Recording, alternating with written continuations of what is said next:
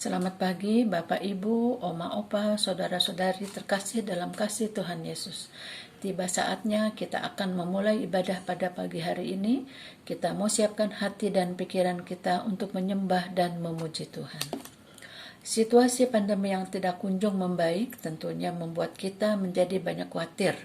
Tapi bersyukur karena kita memiliki Tuhan. Dia Allah yang akan selalu menyertai, menolong, dan memberi kekuatan di masa sulit sekalipun.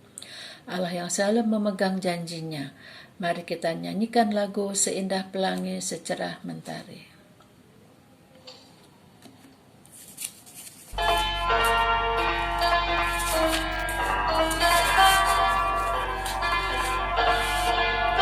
Seindah pelangi secerah mentari, janjimu teruji, Engkau Yesus yang terpuji. Seindah pelangi secerah mentari, janjimu teruji, Engkau Yesus yang terpuji. Kini Engkau ku miliki, hatiku bernyanyi,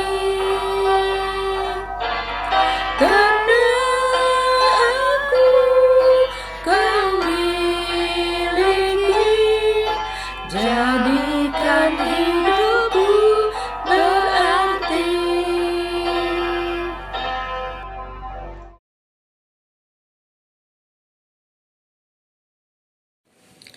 Tuhan, kami jemaat-Mu berkumpul di sini saat ini untuk memulai ibadah kami pada hari ini. Kami mohon supaya Engkau memberikan penyertaan pada jalannya ibadah, mulai dari awal hingga akhir. Biarlah hanya nama-Mu yang dimuliakan dalam jalannya ibadah kami. Serta biarlah Roh Kudus yang memimpin kami untuk beribadah sesuai dengan kehendak-Mu. Terima kasih Tuhan untuk penyertaan-Mu sepanjang ibadah kami ini. Haleluya. Amin.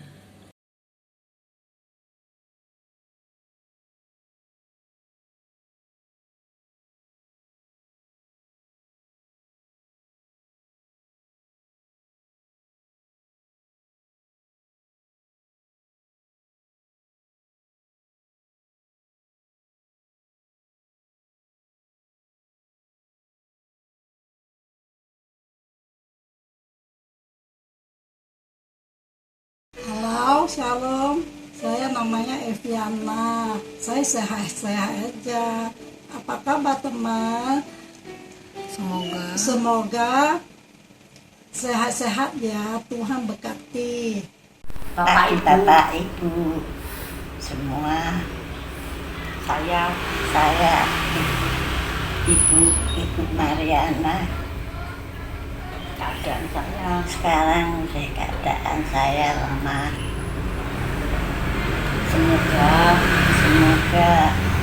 COVID cepat selesai. Kita bisa bertemu di gereja. Kita bisa bertemu lagi di gereja. Dadah. Bapak Ibu semuanya, saya Ibu Erita, saya sehat. Semoga Bapak Ibu semuanya sehat ya. Tetap semangat, selalu sukacita di dalam Tuhan. Tuhan memberkati kita semua. Tuhan penjaga Israel, aku melayangkan mataku ke gunung-gunung. Dari manakah akan datang pertolonganku? Pertolonganku ialah dari Tuhan yang menjadikan langit dan bumi. Ia takkan membiarkan kakimu goyah. Penjagamu tidak akan terlelap. Sesungguhnya tidak terlelap dan tidak tertidur penjaga Israel. Tuhanlah penjagamu, Tuhanlah naunganmu di sebelah tangan kananmu. Matahari tidak menyakiti engkau pada waktu siang, atau bulan pada waktu malam. Tuhan akan menjaga engkau terhadap segala kecelakaan. Ia akan menjaga nyawamu. Tuhan akan menjaga keluar masukmu dari sekarang sampai selama-lamanya.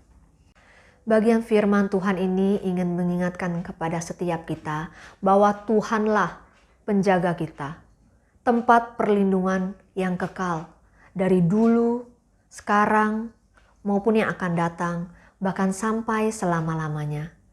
Bapak dan Ibu, mungkin ada di antara kita pada hari ini yang sedang berjuang melawan COVID.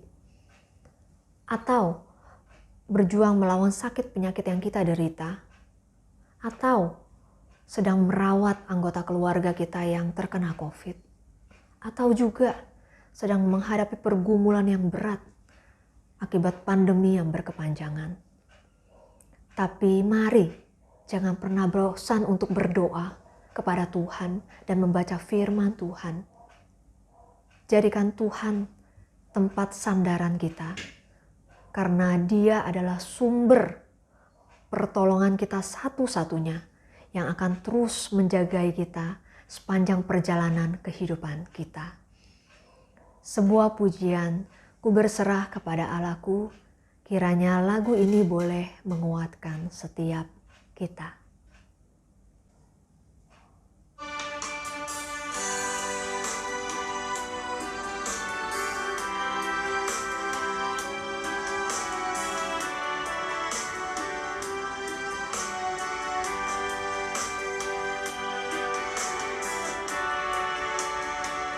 Ku berserah kepada Allahku, di darat pun, di laut menderu, tiap detik tak berhenti. Bapa surgawi terus menjagaku. Ku tahu benar, ku dipegang erat di gunung tinggi dan samudera, di taufan gelap ku didekap. Bapa surgawi terus menjagaku.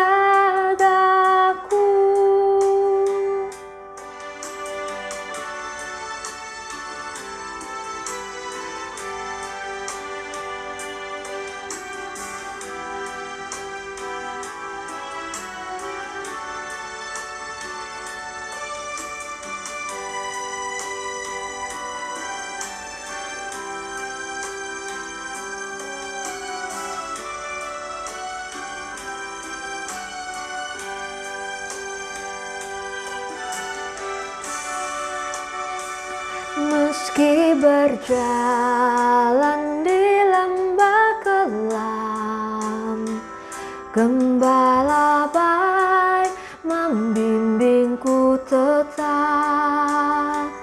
Ku dihentar dan tak gentar, Bapa surgawi terus menjagaku. Ku tahu benar, ku dipegang erat di gunung tinggi dan samudera, di taufan gelap ku didekap. Bapa surgawi terus menjagaku. Ku tahu benar, ku dipegang erat di gunung tinggi dan samudera, di taufan gelap ku didekap. Bapa surgawi terus menjagaku. Bapa surgawi terus menjagaku.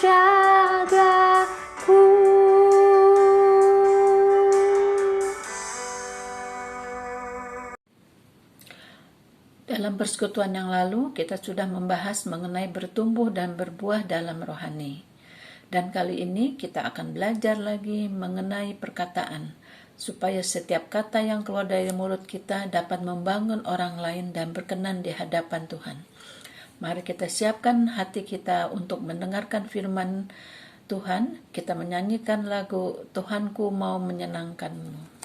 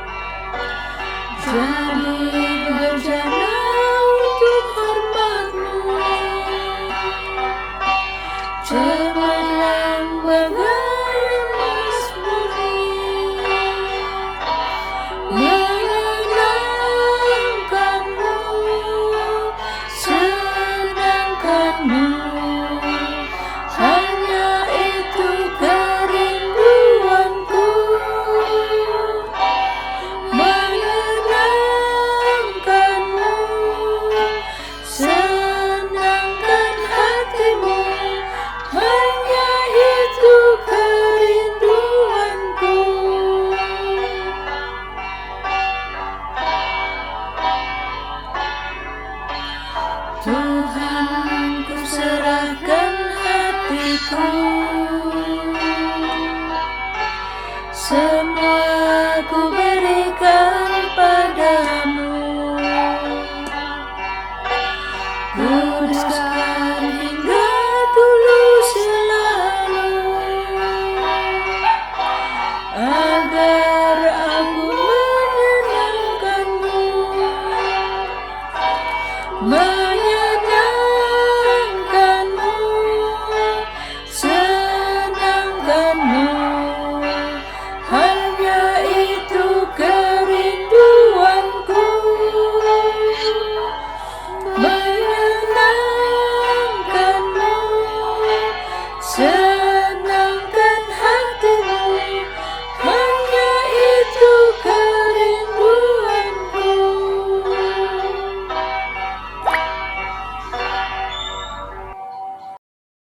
Ibu Bapak yang dikasihi oleh Tuhan, mari kita berdoa sebelum membaca firman Tuhan. Bapa di sorga, kami datang kepadamu mengucap syukur karena Engkau telah mengumpulkan kami sekalipun secara virtual dalam persekutuan ini. Tuhan, kami akan membaca firman-Mu, kiranya Engkau menolong kami untuk menaruh perhatian kepada firman Tuhan, dan kami boleh mengerti firman-Mu oleh pertolongan Roh-Mu yang kudus. Kami juga membiarkan diri kami boleh dievaluasi oleh firman Tuhan, sehingga kami boleh bertumbuh dan berbuah di dalam perkataan kami lebih-lebih lagi. Karena itu bantulah hamba-Mu untuk boleh menyampaikan apa yang Tuhan ingin sampaikan kepada kami semua. Dan buatlah kami semua mengerti firman-Mu ini Tuhan. Di dalam nama Yesus kami berdoa. Amin. Mari Bapak Ibu kita membuka kitab kita dari kitab Yakobus pasalnya yang ketiga, ayat 5a dan ayat 9 dan 10. Yakobus 3 ayat 5a lalu dilanjutkan dengan ayat 9 dan 10. Demikianlah juga lidah, walaupun suatu anggota kecil dari tubuh, namun dapat memegahkan perkara-perkara yang besar. Ayatnya yang ke-9 dan ke-10. Dengan lidah kita memuji Tuhan Bapa kita, dan dengan lidah kita mengutuk manusia yang diciptakan menurut rupa Allah. Dari mulut yang satu keluar berkat dan kutuk. Hal ini saudara-saudaraku tidak boleh demikian terjadi. Demikian firman Tuhan. Berbahagia kita boleh membaca firman Tuhan, apalagi kalau kita memelihara firman ini dalam hidup sehari-hari. Bapak saudara yang dikasihi oleh Tuhan Yesus Kristus, memang lidah tak bertulang. Saya percaya kita semua, ibu bapak mengenal kalimat ini, ya. Memang lidah tak tak bertulang. Ini adalah penggalan syair dari lagu yang berjudul Tinggi Gunung, 1000 Janji. Ini pernah hits pada tahun 70-an yang dibawakan oleh almarhum Bob Tutupoli. Ya. Saya yakin ibu bapak bisa mengenali ini dan bahkan menyanyikannya dari awal sampai akhir. Lagu ini mau mengatakan omong kosong belaka. Apa yang dikatakan tidak sejalan dengan apa yang dilakukan. Apa yang sebenarnya tidak seperti apa yang dikatakannya.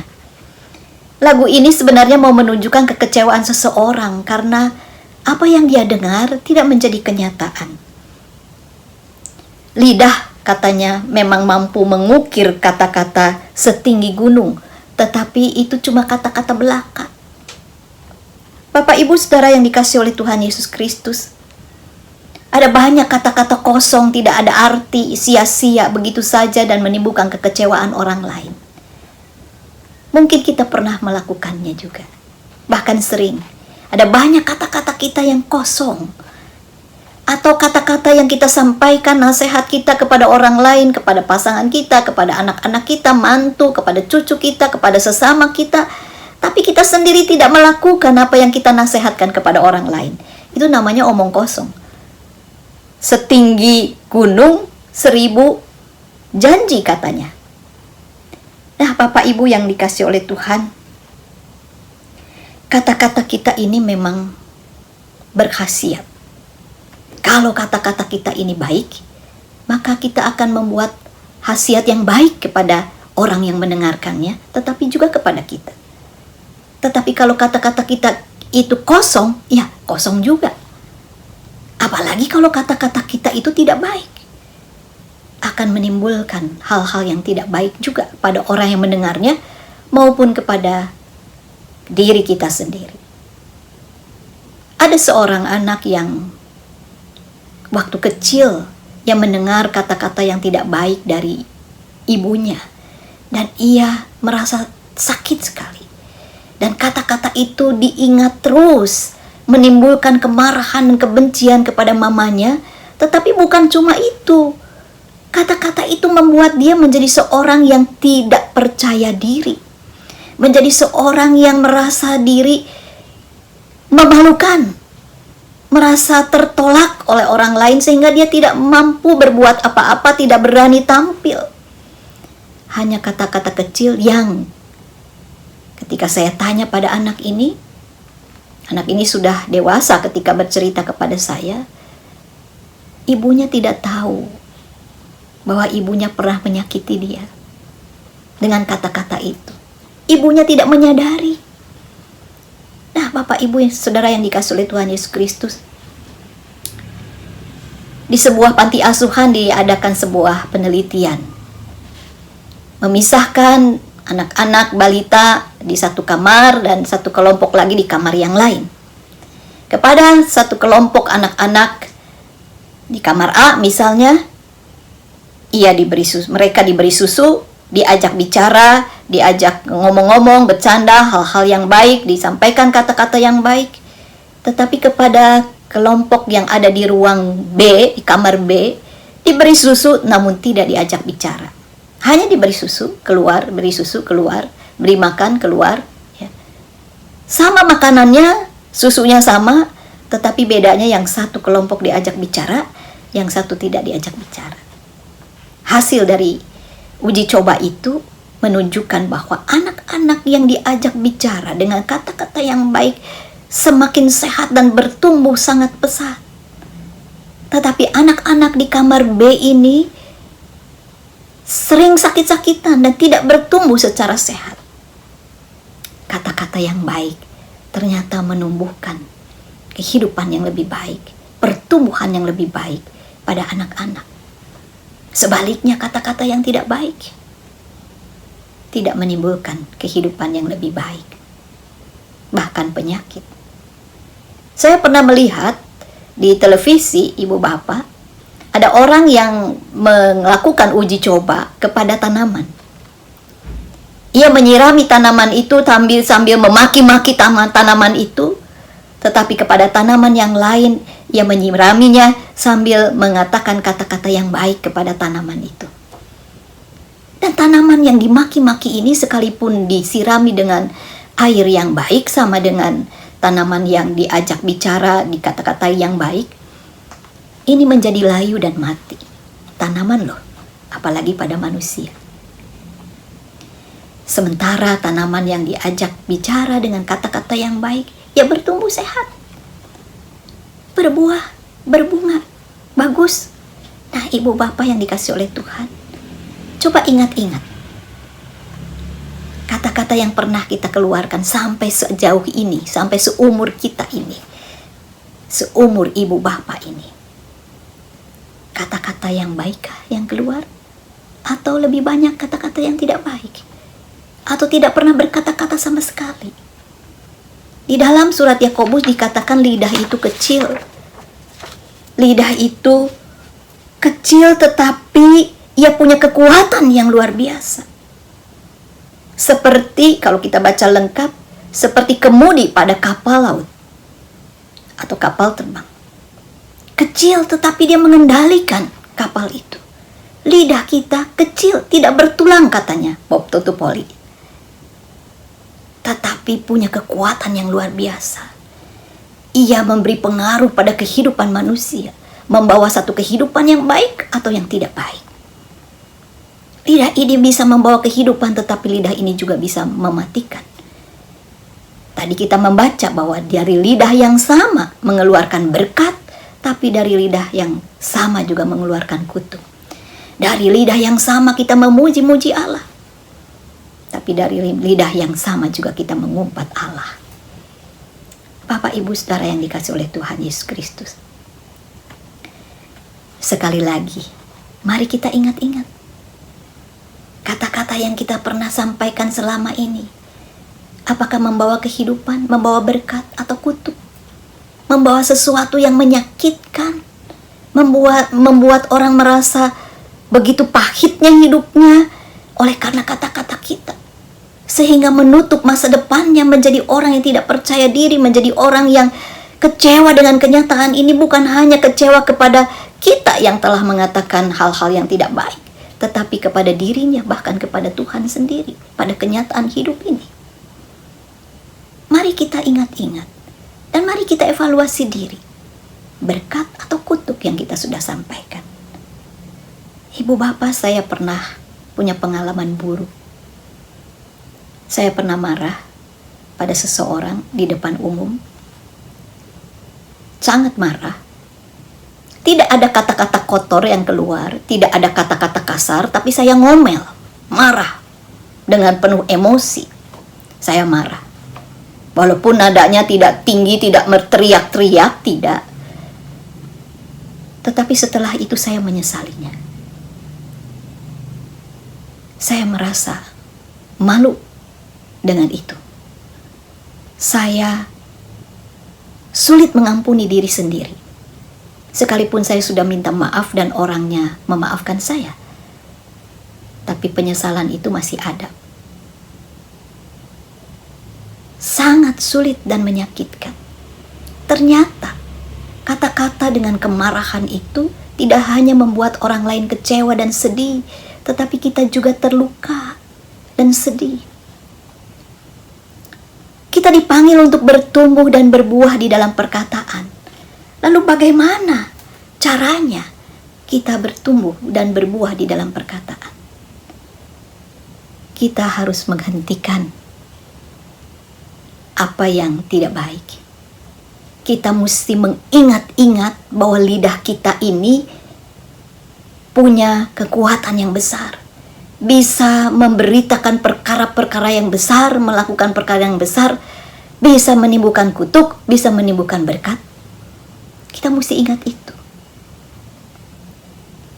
Dan yang kedua, setelah kita mengingat bahwa lidah kita punya kuasa, maka kita perlu memperhatikan apa yang membuat kita mengeluarkan kata-kata kasar, kata-kata kotor, atau kemarahan. Dari pengalaman yang saya ceritakan tadi, marah di depan umum, yang saya sesali luar biasa.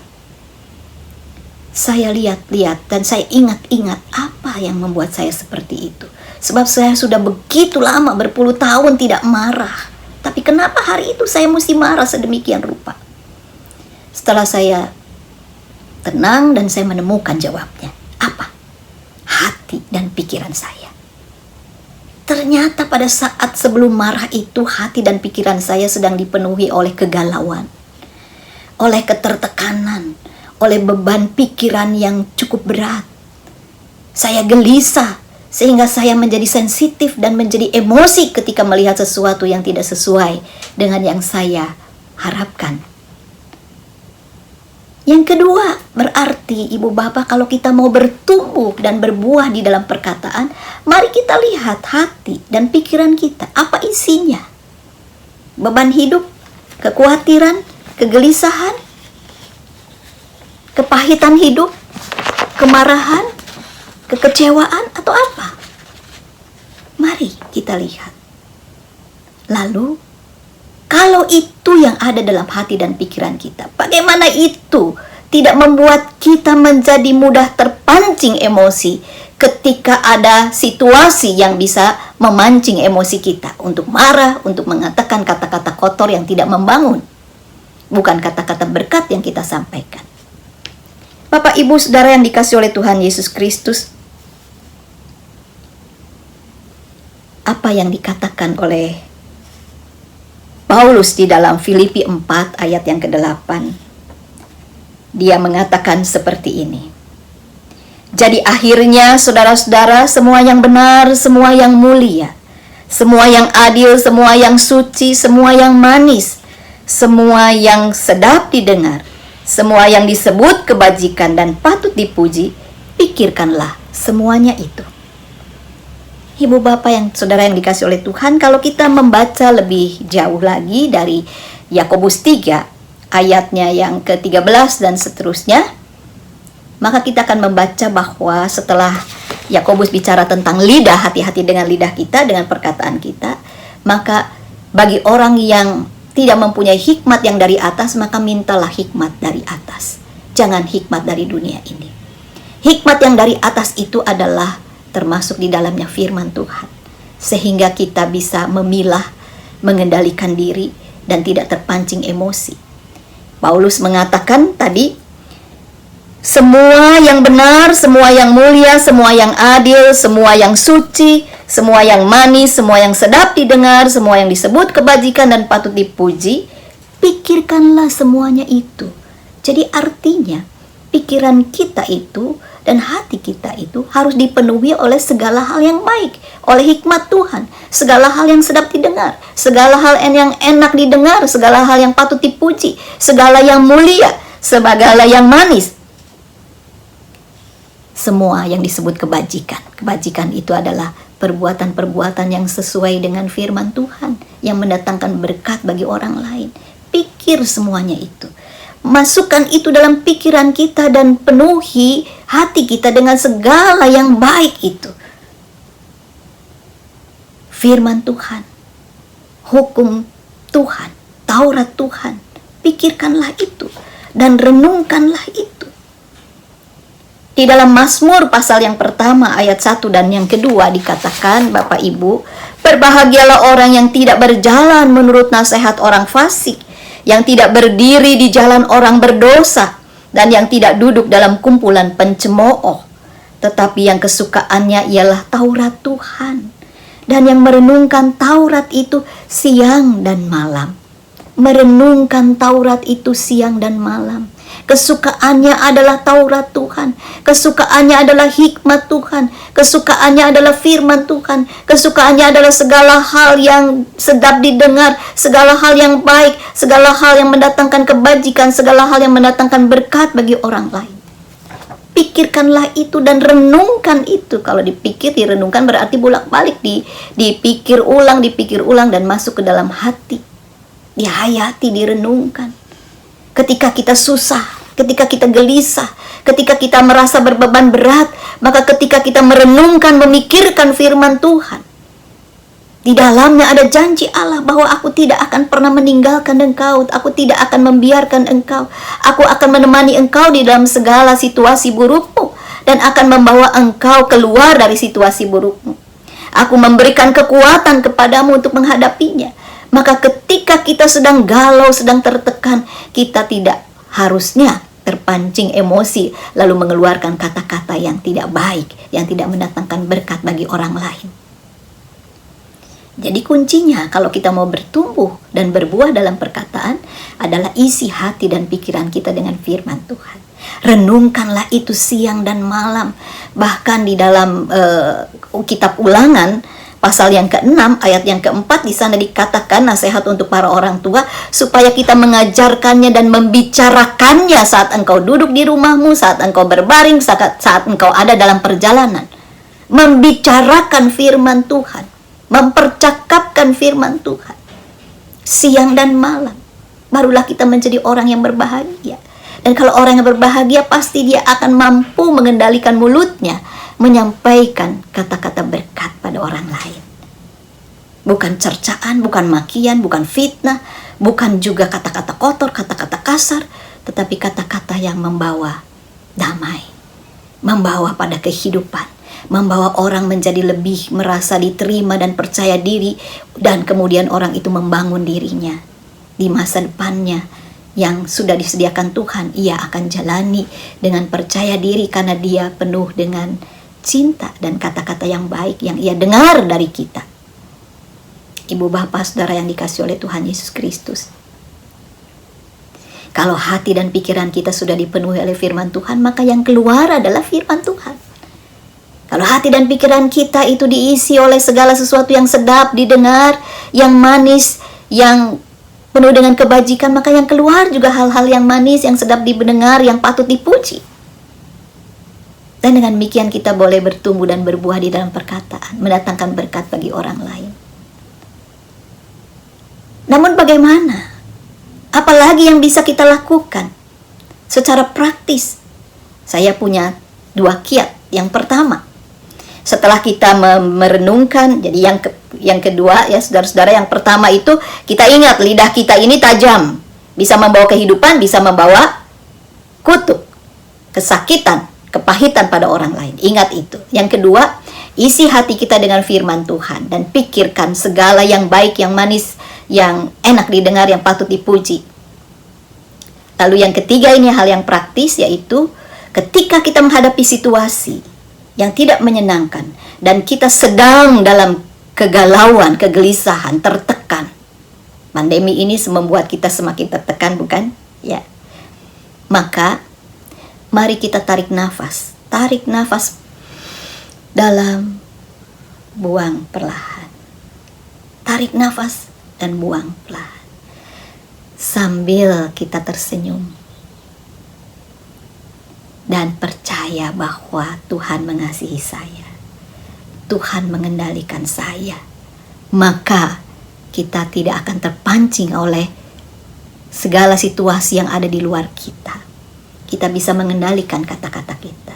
Apabila kita sudah menjadi tenang, maka kita bisa merespon situasi atau perkataan orang lain dengan baik, dengan perkataan yang baik, sesuai dengan firman Tuhan sendiri. Dan yang kedua, yang praktis.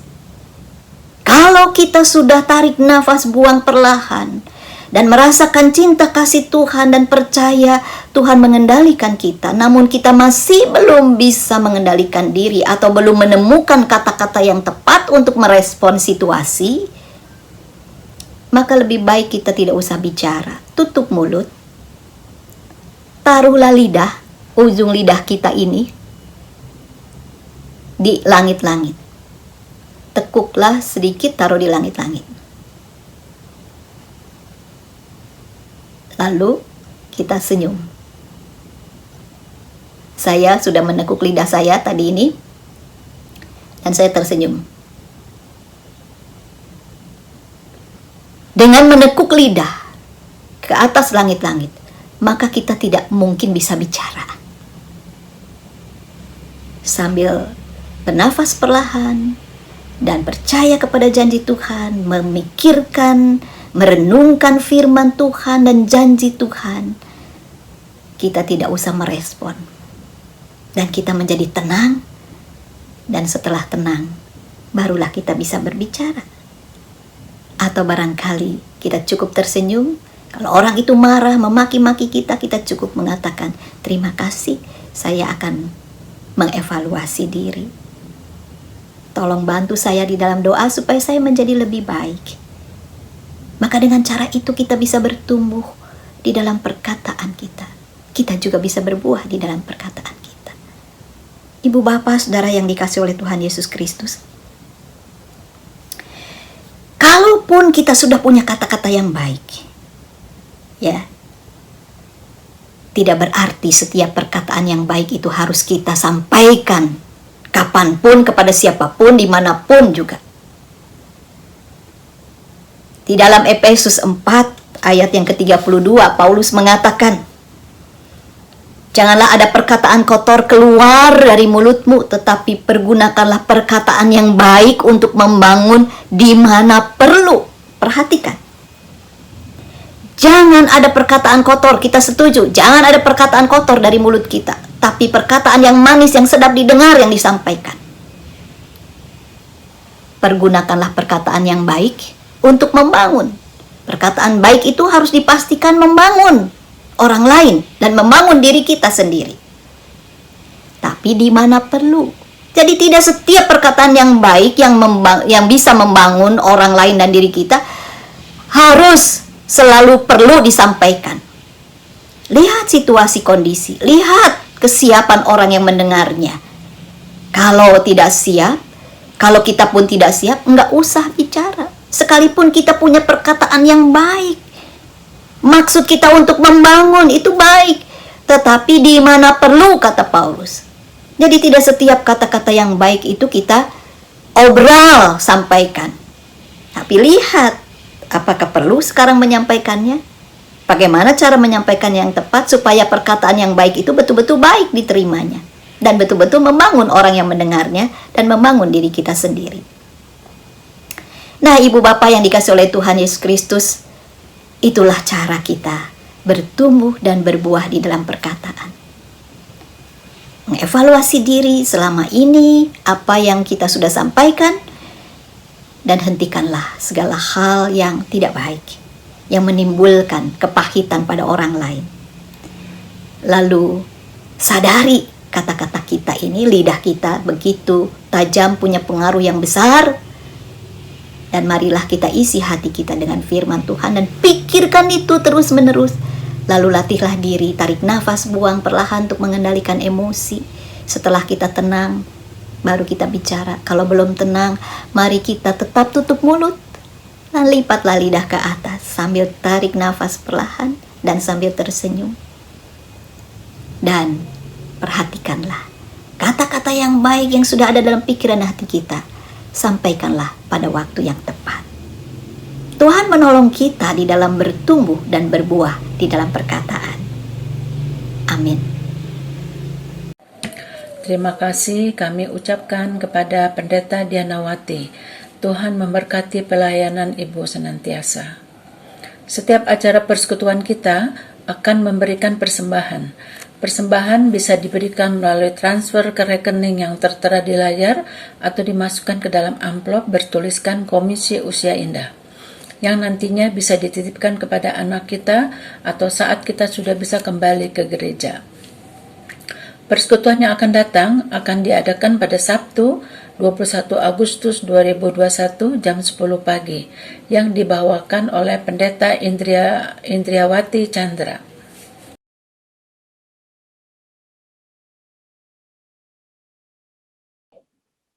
Bapak Ibu saudara yang terkasih, mari kita berdoa.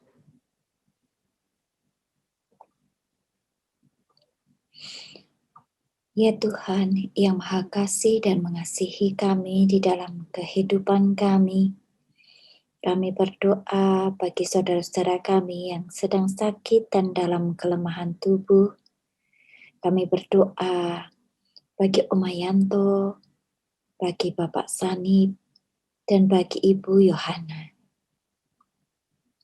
Tuhan berkati mereka Berikanlah semangat untuk menghadapi sakit penyakitnya. Berikanlah selera makan sehingga tubuhnya boleh kuat dan sehat dari hari ke hari. Berkatilah juga upaya-upaya yang dilakukan bagi pemulihan kesehatannya. Biarlah Tuhan memakai para medis, obat-obatan, dan juga waktu istirahat. Biarlah itu pulih menunjang pemulihan kesehatannya. Berkati juga untuk keluarga yang mendampingi mereka. Biarlah Tuhan senantiasa memberikan kekuatan dan kesabaran, kesetiaan untuk mendampingi mereka dari waktu ke waktu untuk menantikan kepulihan mereka. Kiranya Tuhan juga berkenan untuk memulihkan, menyembuhkan sakit penyakit mereka sesuai dengan kehendak-Mu. Hanya di dalam nama Tuhan kami Yesus Kristus, kami telah berdoa dan mengucap syukur. Amin. Kita akan menutup persekutuan kita dengan menyanyikan pujian Ya Tuhan Bela Hati Kawanku. Ketiga baitnya sebagai doa kita di hadapan Tuhan.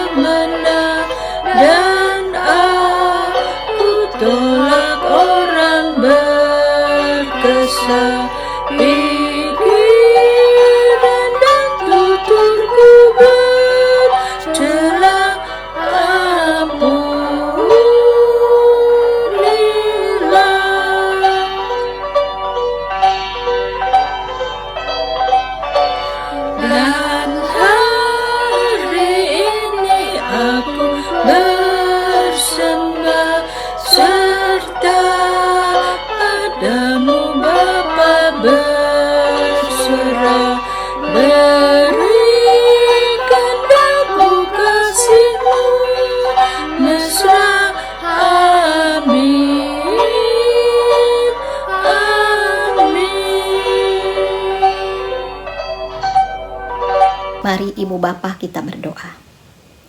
Bapa, kami kembali datang kepadamu di akhir persekutuan ini. Terima kasih untuk persekutuan kami. Terima kasih untuk setiap orang yang ambil bagian dalam persekutuan ini, baik liturgos, pemusik, dan setiap orang yang hadir dalam persekutuan ini. Semuanya membuat kami merasa ada di dalam kasih Tuhan. Berkati setiap kami Tuhan. Sanggupkan kami selalu mau bertumbuh dan berbuah di dalam perkataan kami. Kiranya Roh Kudus menolong kami. Dan kiranya kami sungguh menjadi orang yang berbahagia karena kami mau merenungkan firman-Mu, Taurat-Mu siang dan malam. Mempercakapkannya dimanapun, bagaimanapun, dan juga dengan cara yang tepat. Tuhan, terima kasih. Di dalam nama Yesus kami bersyukur dan berdoa. Amin. Persekutuan kita sudah selesai. Sampai jumpa di persekutuan yang akan datang. Tuhan memberkati.